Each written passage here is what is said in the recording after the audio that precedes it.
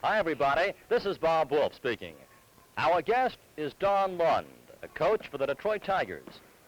You know, we see a lot of top-notch baseball stars as we cover the teams every day, but it's a rarity to find a fellow who not only was a top-notch baseball player, but also a top-notch football player, and also of the same caliber playing basketball.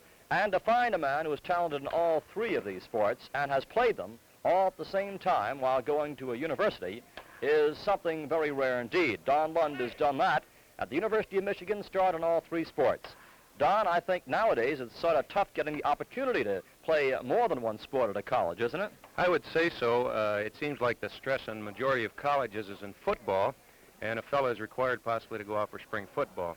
But at Michigan, my freshman year, I had to participate in spring football, but after that, I was able to make the varsity baseball team, and I could work in football, and scholastically I was able to pass, so I enjoyed playing those three sports.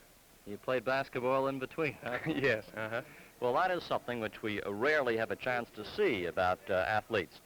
Was there a tendency out there to concentrate on one sport, or did you actually have a chance to really participate in all three? No, when I was in school, I don't think there was quite the stress like, say, scholarship-wise, and I was never given any assistance, and I worked my way through school, so I was free to do whatever I wanted to do in all sports. Naturally, at Michigan, with the large stadium that we have there, I think probably the majority of the revenue, athletic-wise, comes from football. But if a boy is able to play in some other sport and has the ability to make the varsity team, he's allowed to do it. Now let's talk about these teams that you were on, Don. How did you perform on them? How did you fare during those years? Well, we were very fortunate in baseball and football. We had excellent clubs. In 1943, we were also very fortunate. We had the V12 program at Michigan, and we received some good football players from other schools, plus what we had at our school. And we tied with Purdue for the Big Ten championship. We didn't play them that year. And we lost one ball game, and that was to Notre Dame, 35-12, I recall the score.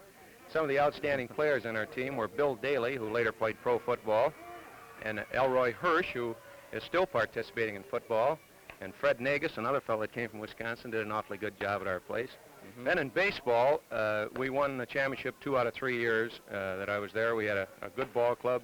Last year, we lost one ball game, and it was rather funny. I'll bring this up. Charlie Maxwell, who is now on our ball club, pitched against us. He was at Western Michigan, a school located in Kalamazoo, and they were able to beat us 5-4, and that was the only ball game we lost all year.